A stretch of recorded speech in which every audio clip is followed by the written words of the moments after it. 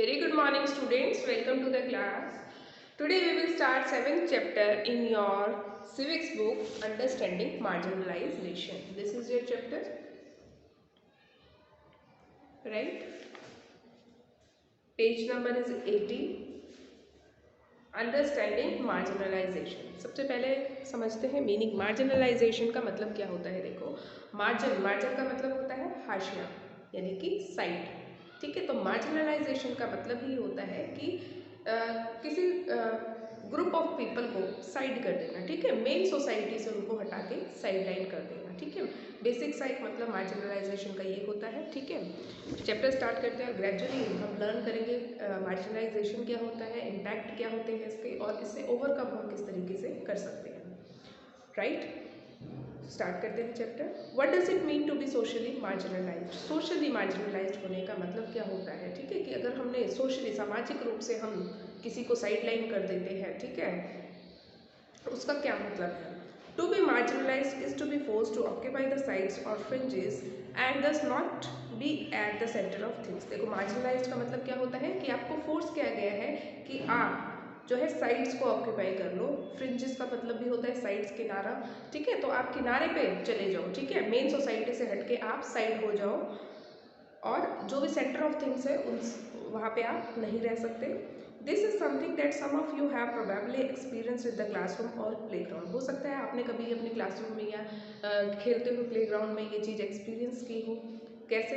If you are not like most people in your class. अगर आप वैसे नहीं है जैसे आपकी क्लास के और बच्चे हैं. ठीक है, that is if your taste in music और फिल्म से इज़ डिफरेंट. या फिर हो सकता है आपका जो म्यूज़िक का टेस्ट है, फिल्म का जो टेस्ट है, मतलब जिस तरीके का म्यूज़िक या फिल्म्स आपको पसंद है वो दूसरों से अलग हो. If your accent marks you out from others. अगर आपका बोलने का जो लहजा है, ठीक है, उच्चारण, ठीक है, एक्सेंट मतलब जिस तरीके से आप बोलते हैं, शब्दों का उच्चारण करते हैं, वो दूसरों से अलग है. If you are less chatty than others in your class. अगर आप कम बातूनी है अपने क्लास के दूसरे बच्चों से. If you don't play the same sport that many of your classmates like. या फिर आप वो जो है स्पोर्ट नहीं खेलते जो आपकी क्लास के ज़्यादातर बच्चे खेलते हैं. If you dress differently. अगर आप अलग तरीके से कपड़े पहनते हैं, the chances are that you will not be consider to be in by your peers. मतलब तो क्या होगा अगर आप इस तरीके से आप बाकी लोगों से जब अलग दिखते हो, अलग रहते हो, आपका टेस्ट अलग हो जाता है, आपका एक्सेंट अलग हो जाता है, तो क्या होता है दूसरे लोग आपको इन मतलब अपने साथ नहीं मानते. ठीक है, आपको अपने ग्रुप से अलग मानते हैं. So often you end up feeling that you are not with it. तो जनरली क्या होता है, आप ये समझने लगते हैं कि हाँ मैं इन लोगों के साथ नहीं हूँ, मैं अलग ही हूँ. As if what you say feel and think that and how you act are not quite right और एक्सेप्टेबल टू अदर्स. और आप as if what you say feel and think, अगर आप ये कहने लगो या आप इस तरीके से सोचने लगो कि आप जो है सही नहीं हो, या आप जो है दूसरों से एक्सेप्टेबल नहीं हो, दूसरे आपको एक्सेप्ट नहीं करते, आप अपने आप को गलत मानने लगते हो. ठीक है, तो इस तरीके की चीज़ें होती हैं, तो आप क्या होते हो, सोशली मार्जिनलाइज्ड होने लगते हो, दूसरों से अलग होने लगते हो. ठीक है,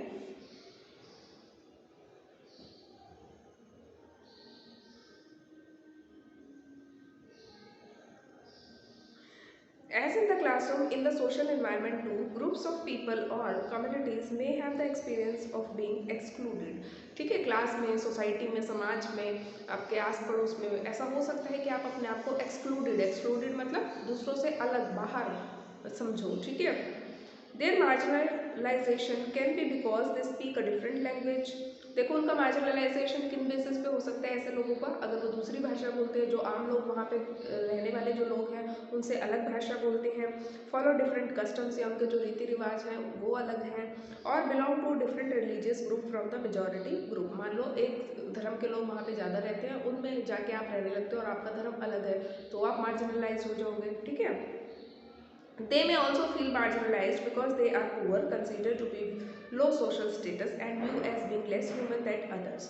ठीक है, हो सकता है आप गरीब हो. ठीक है, या फिर जो है सोशली आपको जो है लो स्टैंडर्ड का माना जाए, तो समाज आपका बहिष्कार कर देता है, एक तरीके से आपको साइड कर देता है ऐसे लोगों को. ठीक है, sometimes marginalized groups are viewed with hostility and fear. देखो, ज़्यादातर जो ये मार्जिनलाइज्ड ग्रुप होते हैं इनको किस तरीके से देखा जाता है, शत्रुओं की तरह देखा जाता है, भय से इनको देखा जाता है, ठीक है।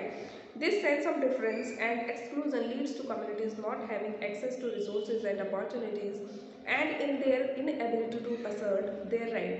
अब देखो इस तरीके से जिन लोगों को हम मार्जिनलाइज कर देते हैं, समाज से दूर कर देते हैं, तो ना तो इनके पास रिसोर्सेज का एक्सेस होता है, ठीक से, समाज से अलग हो जाते हैं, कट के रहते हैं, ठीक है, तो इनकी लाइफ बिल्कुल ही अलग हो जाती है। रिसोर्सेज का एक्सेस नहीं होता, जो अपॉर्चुनिटीज़ होती हैं उनमें एक्सेस नहीं हो पाता है इनको, और जो है and in their inability to assert right their right, और वो अपने राइट्स को भी, जो उनके अधिकार है as a human being, as a citizen, as a social person, वो उनको नहीं मिल पाते हैं, ठीक है। They experience a sense of disadvantage and powerlessness vis-a-vis more powerful and dominant sections of society who own land, are wealthy, better educated and politically powerful। देखो जो अमीर लोग होते हैं, जिनके पास लैंड है, जिनके पास पावर है, ठीक है, पॉलिटिकली पावरफुल है, ऐसे लोग तो आगे बढ़ते चले जाते हैं। जो लोग गरीब हैं, पिछड़े हुए हैं, ठीक है, या जो जिनको हम मार्जिनलाइज कर रहे हैं, वो धीरे धीरे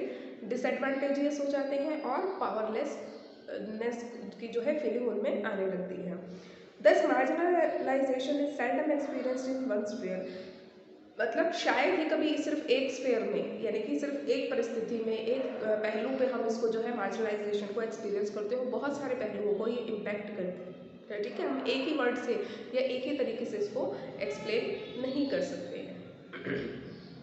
economic, social, cultural and political factors work together to make certain groups in society feel marginalize, ठीक है। हो सकता है कोई इकोनॉमिकली खुद को मार्जिनलाइज समझे, ठीक है, पुअर है वो, इस वजह से सोशली समझ सकता है, कल्चर उसका अलग है तो मार्जिनलाइज हो सकता है, पॉलिटिकल फैक्टर्स यानी कि पॉलिटिकली वीक है, या मतलब बाकी उसके आसपास के जो लोग हैं वो पॉलिटिकली ज़्यादा स्ट्रॉन्ग है, तो ऐसे लोग मार्जिनलाइज हो सकते हैं, ठीक है। तो ये सारे चीज़ें हैं, इकोनॉमिक, सोशल, कल्चर, पॉलिटिकल, जो लोगों को या ग्रुप को मार्जिनलाइज्ड बनाती हैं।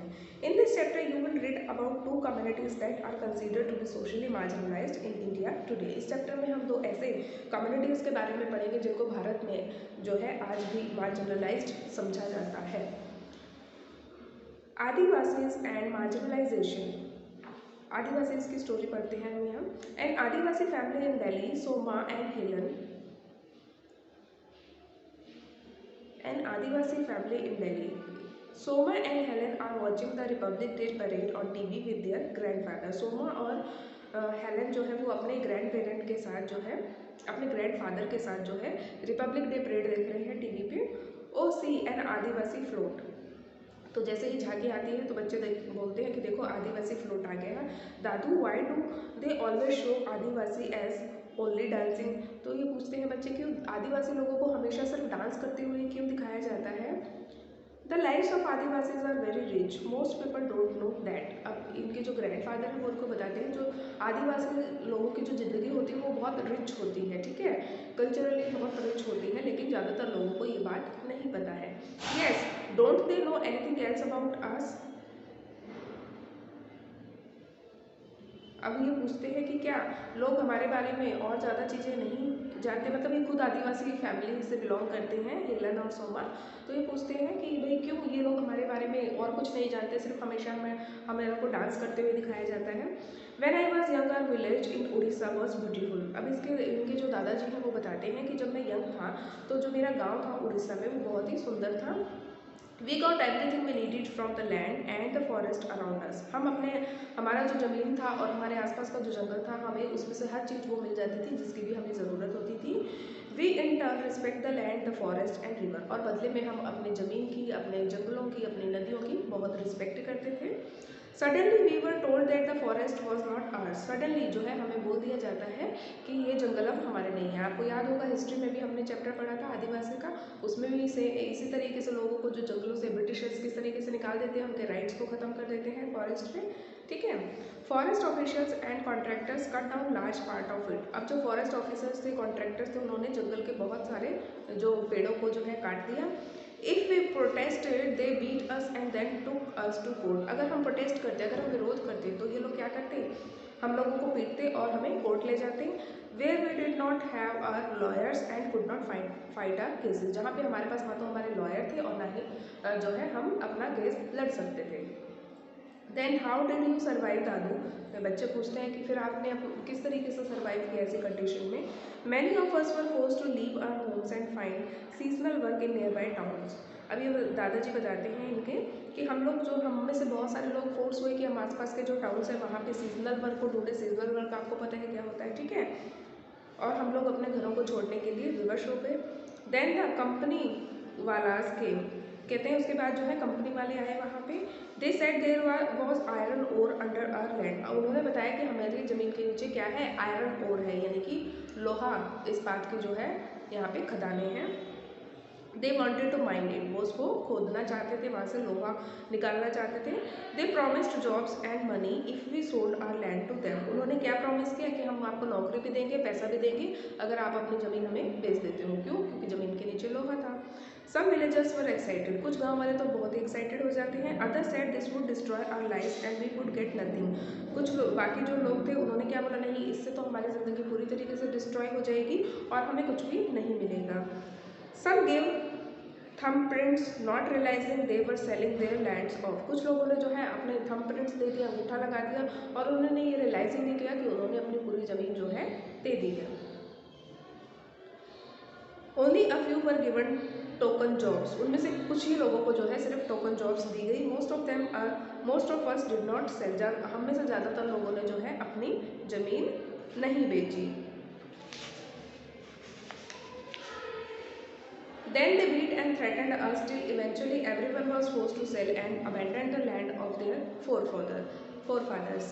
अब जब लोगों ने ज़मीन बेचने से मना कर दिया तो उन्होंने क्या करा, कॉन्ट्रैक्टर्स ने हमें पीटना शुरू कर दिया, थ्रेटन करना, धमकाना शुरू कर दिया, ठीक है, कि हम अपनी ज़मीन को बेचें या अपनी ज़मीन को and abandon the land of their forefathers, जो हमारे पूर्वजों की जो ज़मीन थी हम उसको छोड़ दे, हम इनको जो है इन लोगों को बेच दे। They had the support of the authority, जो वहाँ की लोकल अथॉरिटी थी उनका भी सपोर्ट था उन लोगों को। Our whole way of living vanished overnight, और रातों रात हमारा जो पूरा जीवन था, हमारा जो मतलब पूरी जो लाइफ थी, जीने का जो तरीका था वो वैनिश यानी कि ख़त्म हो गया। ओ दादू एंड अवर लैंड व्हाट, तो बच्चे पूछते हैं कि फिर हमारी ज़मीन का क्या हुआ। For our 30 acres we got a little money from one contractor, कहते हैं हमारे 30 एकड़ की ज़मीन के लिए हमें बहुत ही कम पैसे ही कॉन्ट्रैक्टर से मिले। I never saw most of my friends again, और उसके बाद मैंने अपने ज़्यादातर फ्रेंड्स को कभी नहीं देखा। The money hardly settled in the city, hardly lasted in the city. अब वो कहते हैं जो ज़मीन बेच के हमें पैसा मिला था वो शहर में जाने के बाद बहुत ही कम समय तक चल पाती है। We had no means of livelihood any more, और अब हमारा जीवन यापन करने का हमारे पास और कोई जरिया नहीं था। We were all cramped into a tiny rented room, अब कहते हैं उसके बाद हम लोग छोटे छोटे किराए के घरों में रहने के लिए मजबूर थे। How we missed our carefree lives the open spaces, हम जो है बहुत मतलब वो बता रहे हैं कि हम किस तरीके से जो हमारा खुली केयर फ्री लाइफ थी जब हम अपने गाँव में रहते थे, ओपन स्पेसेस था, हम उसको बहुत मिस करते थे। After a few years your father got a job in Delhi and we all moved here. अब बताते हैं कि कुछ सालों बाद तुम्हारे पिताजी को यानी कि इनके बेटे को जो है दिल्ली में एक जॉब मिल जाती है और सब लोग यहाँ पे शिफ्ट हो जाते हैं। Those were very difficult times, कहते हैं वो समय बहुत ही डिफिकल्ट था। That is why both of you did not go to school for several year, और यही कारण है कि तुम दोनों बहुत सालों तक जो है स्कूल भी नहीं जा पाए थे। I hated going back to school. We had missed so much of our studies and other children made fun of us. अब जो ये बच्चे हैं वो बताते हैं कि मुझे स्कूल जाना जो है, वापस से स्कूल जाना बिल्कुल पसंद नहीं है, मैं नापसंद करता हूँ, हेट करती हूँ, ठीक है, क्योंकि हम लोग जो है स्टडीज़ में बहुत पीछे रह गए हैं और जो हमारे साथ के जो बच्चे हैं वो हमारा मजाक उड़ाते हैं क्योंकि इनके कई साल ख़राब हो गए। तो अब जब ये स्कूल जाते हैं तो बाकी बच्चे इनसे आगे निकल गए हैं पढ़ाई में, तो वो इनका मजाक बनाते हैं। We spoke Santhali at home and did not know Hindi, अब वो कहते हैं हम घर पे तो संथाली भाषा बोलते हैं और हमें हिंदी भाषा भी नहीं आती है। But now we have friends I can even speak some English now, लेकिन दूसरी लड़की जो है वो बताती है कि नहीं अब मेरे कुछ फ्रेंड्स भी बन गए हैं और मैं इंग्लिश भी बोल लेती हूँ। I wish I could have show my friends our village before it was destroyed, अब ये बच्चा जो है दूसरे को बोलता है कि काश ऐसा हो पाता कि मैं अपने दोस्तों को अपना गाँव दिखा पाता जब वो डिस्ट्रॉय हुआ उससे पहले। You can still tell them about our village, it has a lot to teach them. अब जो ग्रैंडफादर हैं इनके वो बोलते हैं कि आप अभी भी अपने गांव के बारे में लोगों को बता सकते हो, उससे भी उनको काफ़ी चीज़ें सीखने को मिलेंगी। One day I will make a movie on this story, our story the adivasi story. अब ये लड़की कहती है कि एक दिन मैं अपनी स्टोरी पे एक फ़िल्म बनाऊंगी, मूवी बनाऊंगी आदिवासी स्टोरी पे, जिसका नाम होगा द आदिवासी स्टोरी। ठीक है, तो आपको पता चला किस तरीके से लोग मार्जिनलाइज होते हैं, क्योंकि उनको अपना घर छोड़ने का विवश होना पड़ा, आदिवासी लोगों को अपना ज़मीन बेचनी पड़ी। ठीक है, और फिर जब वो दूसरी जगह जाते हैं उनकी भाषा अलग होती है, कल्चर अलग होता है, तो धीरे धीरे ये लोग मार्जिनलाइज होने लगते हैं। ठीक है, फर्दर कंटिन्यू करते हैं। आदिवासी लोगों को ही स्टडी करेंगे हम।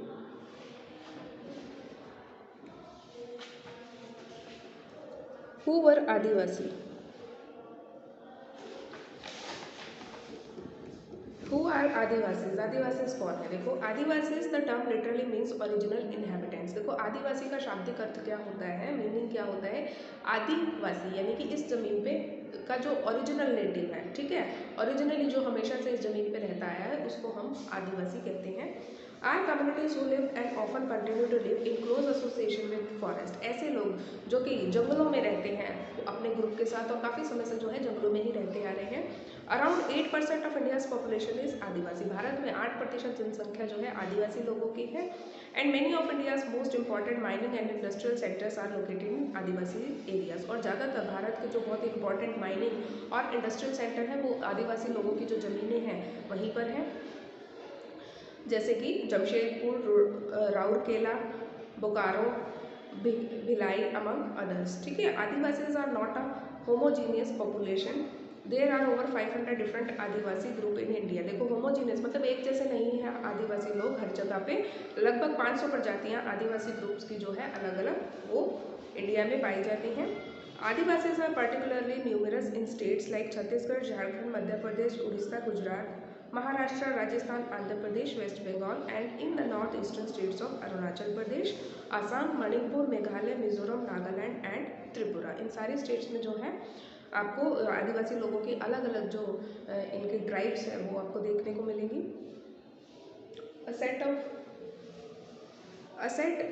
A state like Odisha is home to more than 60 different tribal groups. Orissa के अंदर ही केवल जो है 60 से ज़्यादा अलग अलग ट्राइबल ग्रुप्स हैं।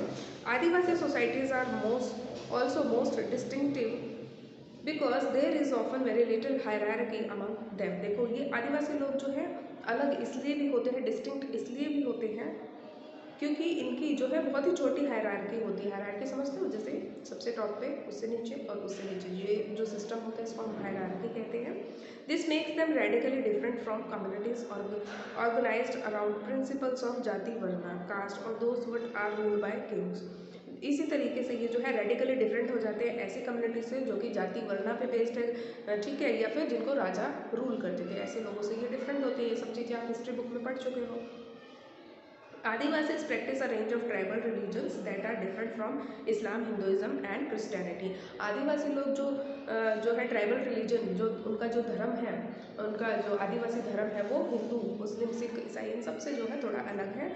These often involve the worship of ancestor, village and nature spirit. ये लोग ज़्यादातर जो है अपने पूर्वजों की पूजा करते हैं, गाँव की पूजा करते हैं, जो नेचर स्पिरिट्स हैं उनकी पूजा करते हैं। And the last associated with the residing in various sites in the landscape, mountain spirit, river spirit, animal spirit etcetera, इन सबकी ये जो है पूजा अर्चना करते हैं। The village spirit are often worshipped at specific sacred groups within a village boundary, while the ancestors one are usually worshipped at home. देखो, अलग अलग तरीके की जो है इनकी वर्शिप किस तरीके की होती है वो आपको बताई है। ठीक है, अब इनसे जुड़ी हुई जो स्टीरियोटाइप है उसको हम स्टडी कर लेते हैं। Adivasi and stereotyping. In India, we usually showcase Adivasi communities in particular ways. Thus, during school function or other official events or in books or movies, Adivasis are invariably portrayed in a very stereotypical ways. देखो, stereotype आपको पता है, जब हम अपनी एक जो है पूर्वानुमान, अपनी एक पूर्व धारणा बना लेते हैं किसी लोगों के लिए, किसी ग्रुप ऑफ पीपल के लिए, ठीक है, कि ये लोग तो ऐसे ही होते हैं। तो सेम इसी तरीके से आदिवासी लोगों के लिए है कि जब भी कोई फंक्शन होता है, ऑफिशियली कोई गैदरिंग होती है, वहाँ पे जहाँ भी आदिवासी लोगों को रिप्रेजेंट करने की बात आती है तो हमारा दिमाग में एक स्टीरियोटाइप होता है। इन कलरफुल कॉस्ट्यूम, हम मानते हैं कि ये लोग कलरफुल कॉस्ट्यूम्स में आएंगे, हेड गियर होगा एंड थ्रू देयर डांसिंग, और हम इनको जानते हैं कि ये लोग डांस ही करते रहते हैं, ठीक है। Beside this we seem to know very little about the realities of their life. इन सब चीज़ों के अलावा हम बहुत ही कम जो है इनके वास्तविक जीवन के बारे में जानते हैं। This often wrongly leads to people believing that they are exotic, primitive and backward. इसीलिए ज़्यादातर लोग जो क्या गलत धारणा उनके मन में क्या बनी हुई है कि ये लोग पिछड़े हुए हैं, ठीक है, बैकवर्ड है, प्रिमिटिव है, एक्सॉटिक है, मतलब जंगली है, पिछड़े हुए हैं, इस तरीके की धारणा हमने इन लोगों के बारे में बना रखी है। Often adivasis are blamed for their lack of advancement as they are believe to be resistant to change और न्यू आइडियाज़। ज़्यादातर जो आदिवासी है इनको जो है ये माना जाता है कि ये लोग आगे नहीं बढ़ना चाहते, एडवांसमेंट नहीं करना चाहते, क्योंकि ये लोग जो है चेंज को स्वीकार नहीं करते। कोई भी नई चीज़ आती है तो उसको स्वीकार नहीं करते। You will remember that you read in class 6 book how stereotyping particular communities can lead to people discriminating against such groups. आपको पता है स्टीरियोटाइप होने से किसी पर्टिकुलर ग्रुप के बारे में हम किस तरीके से डिस्क्रिमिनेट करने लगते हैं, ठीक है। अब आगे आ जाओ, minorities and marginalization. In unit 1 you read that the constitution provides safeguard to religious and linguistic minorities as part of our fundamental right। देखो आपको पता है कि जो हमारा कॉन्स्टिट्यूशन है वो हमें क्या देता है, देखो भाषा के बेसिस पे और धर्म के बेसिस पे जो माइनॉरिटी ग्रुप है, यानी कि जिन लोगों की संख्या कम है, उनको जो है सेफ गार्ड प्रोवाइड करता है as fundamental rights. Why do you think these minority groups have been provided these safeguards. आपको क्या लगता है कि इन माइनॉरिटी ग्रुप्स को ये सेफ गार्ड्स क्यों दिए गए हैं।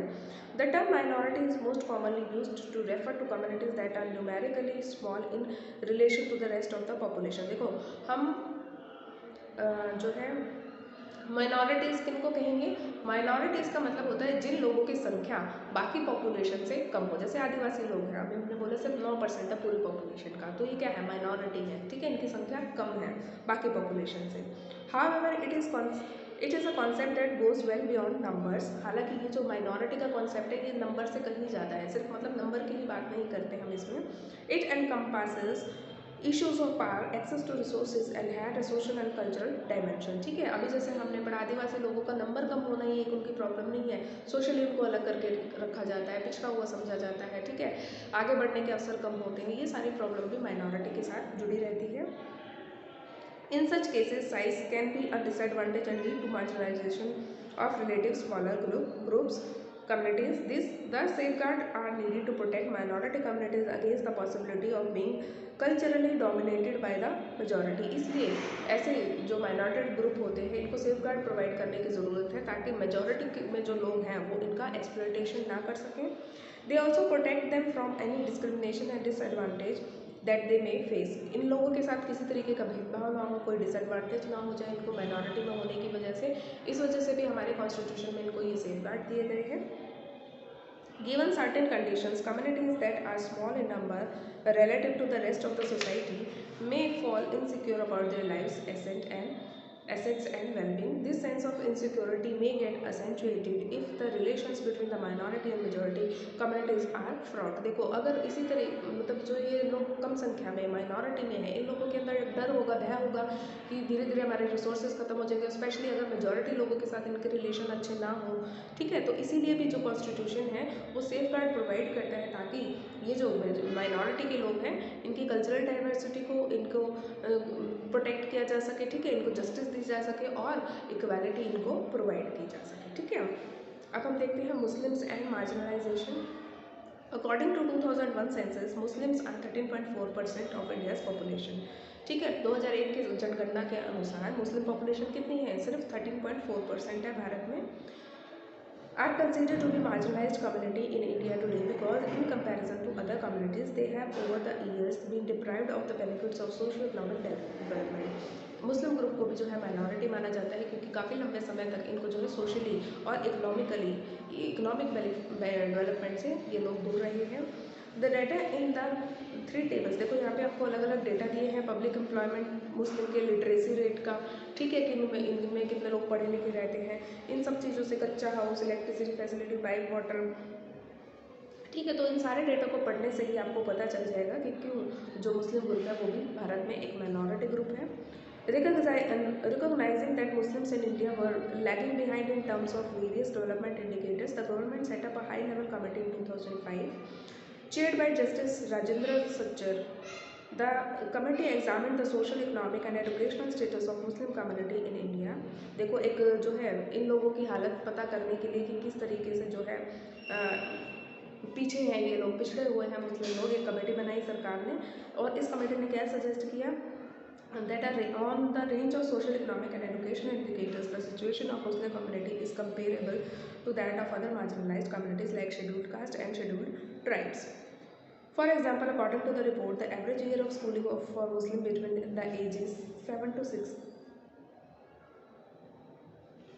कहने का मतलब है जैसे शेड्यूल्ड कास्ट, शेड्यूल्ड ट्राइब के लोग जो है पिछड़े हुए हैं इकोनॉमिकली, एजुकेशनली, ठीक है, तो उसी तरीके से मुस्लिम लोग भी जो है पिछड़े हुए हैं।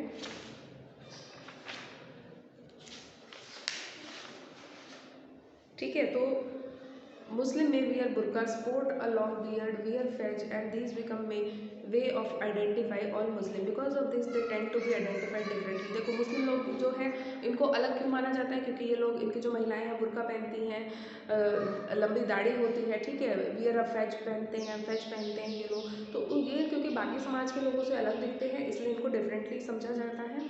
Because of this they tend to be identified differently and some people think that they are not like the rest of us. Often this becomes an excuse to treat them unfairly and discriminate against them. और ज़्यादातर यही वजह मान ली जाती है कि इनके साथ अनफेयर ट्रीटमेंट किया जाता है, इनको बराबर का दर्जा नहीं दिया जाता, ठीक है, और ये सारी जो प्रॉब्लम्स हैं वो इनको फेस करनी पड़ती है। ठीक है, अब कंक्लूजन पढ़ लेते हैं। In this chapter we have tried to understand what is the mean by marginalized community। आपको पता चला इस चैप्टर में पढ़ के कि marginalized community किस तरीके से होती है, आदिवासी और मुस्लिम के एग्जाम्पल के थ्रू हमने समझा। We have tried to look at this through the experience of different marginalized communities। अलग अलग जो marginalized communities हैं उनके एक्सपीरियंस को पढ़ के हमने स्टडी करा कि किस तरीके से लोगों को अलग से जो marginalized ट्रीटमेंट दिया जाता है। There are different reasons for each of these communities being marginalized। अलग अलग कारण हैं जिसकी वजह से ये जो communities हैं marginalized बनी हुई हैं। Each experiences marginalization in different ways। We have also seen that marginalization is linked to experiencing disadvantage, prejudice and powerlessness। ये सारे प्रॉब्लम ये लोग फेस करते हैं। In India there are several more marginalized communities like Dalits, of whom you will read more in next chapter। दलित जो लोग हैं वो भी marginalized हैं, जिनके बारे में हम अगले चैप्टर में पढ़ेंगे। Marginalization results in having a low social status and not having equal access to education and other resources। ठीक है, ना तो शिक्षा मिलती है इनको बराबर की, ना ही बाकी रिसोर्सेज का एक्सेस मिलता है मार्जिनलाइज लोगों को। Yet the life of marginalise people can and do change. हालांकि जो मार्जिनलाइज लोग हैं उनकी लाइफ बदल भी रही है और चेंज भी हो रही है। Thus no one is marginalized all the time in exactly the same way। और इसी तरीके से हम ये कह सकते हैं कि हर आदमी, हर मार्जिनलाइज लोग हर एक ही वजह से जो है हमेशा मार्जिनलाइज नहीं रह सकता। धीरे धीरे वो लोग भी बाहर निकल रहे हैं मार्जिनलाइजेशन से। If we go back to the two examples of marginalization we have discussed, we will see that each of these groups have a long history of struggle and resistance। आदिवासी मुस्लिम दोनों का एक लंबा हिस्ट्री रही है जहाँ इन्होंने struggle करा है, ठीक है, रेसिस्टेंस किया है। Marginalized communities want to maintain their cultural distinctiveness while having access to right, development and other opportunities। ये जो marginalized ग्रुप है ये अपना इनके जो कल्चर की डिस्टिंक्टिवनेस है, यानी कि जो अलग है उसको ये प्रोटेक्ट करना चाहते हैं और अपने राइट को भी एक्सेस करना चाहते हैं, मेन समाज में भी अपनी जगह बनाना चाहते हैं। ठीक है, In the next chapter we will read about how different groups have confronted marginalization। Next chapter में हम क्या पढ़ेंगे कि इस तरीके से जो अलग अलग ग्रुप्स हैं, मार्जिनलाइज्ड ग्रुप हैं, उन लोगों ने किस तरीके से कन्फ्रंट किया है, यानी कि सामना किया है और उससे उभरे हैं, किससे, मार्जिनलाइजेशन से। ठीक है, तो यहाँ पे जो है आपका chapter number 7 understanding marginalisation finish होता है, ख़त्म होता है। ठीक है, आई होप आपको मार्जिनलाइजेशन का मतलब समझ में आ गया होगा, दोनों मार्जिनलाइज कम्युनिटीज़ कौन सी होती है वो आपको समझ में आ गया होगा। तो इस चैप्टर को आप अच्छे से रीड करके आएंगे।